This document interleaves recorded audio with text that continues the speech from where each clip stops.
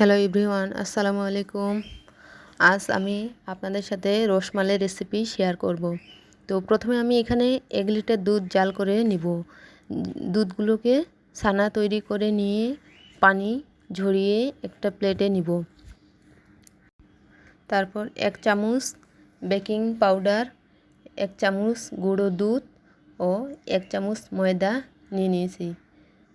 তারপর সম্পূর্ণ মিশ্রণটিকে হাত দিয়ে আমি কিছুক্ষণ মথে নিব।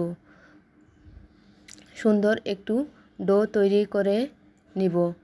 ডো তৈরি হয়ে গেলে আমি হাতে একটু ঘি মেখে নিয়ে ছোট ছোট মিষ্টি তৈরি করে নিব। মিষ্টিগুলো সম্পূর্ণ তৈরি হয়ে গেলে আমি একটি পাত্রে 1 কাপ পরিমাণ পানি ও 1 কাপ চিনি বসিয়ে দিব। পানিগুলো বলক চলে আসলেই সেখানে 2টো সাদা এলাচ ও 2টো ডালচিনির টুকরো দিয়ে দিব। তারপর কিছুক্ষণ পর শিরা তৈরি হয়ে গেলে সেখানে মিষ্টির টুকরোগুলো আস্তে আস্তে দিয়ে দিব। তারপর ঢাকনা দিয়ে 5-7 মিনিট জাল করে নিব। তারপর এদিকে আমি অন্য একটি পাত্রে 1 কাপ পরিমাণ গুঁড়ো দুধ নিব।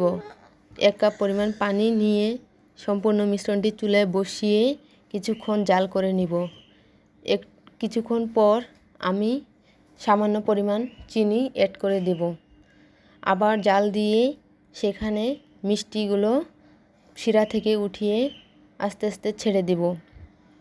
ঢাকনা দিয়ে 2-4 মিনিট চুলায় বসিয়ে রাখব। কিছুক্ষণ পর চুলা বন্ধ করে 1 ঘন্টা রেস্টে রেখে দেব। 1 ঘন্টা পর দেখেন মিষ্টিগুলো কি সুন্দর রসে পরিপূর্ণ হয়ে গেছে। তৈরি হয়ে গেল সুন্দর মজাদার রসমালাই। চাইলে আপনারাও ট্রাই করতে পারেন। আর আমার রেসিপিটি যদি ভালো লাগে লাইক, কমেন্ট, শেয়ার করতে ভুলবেন না।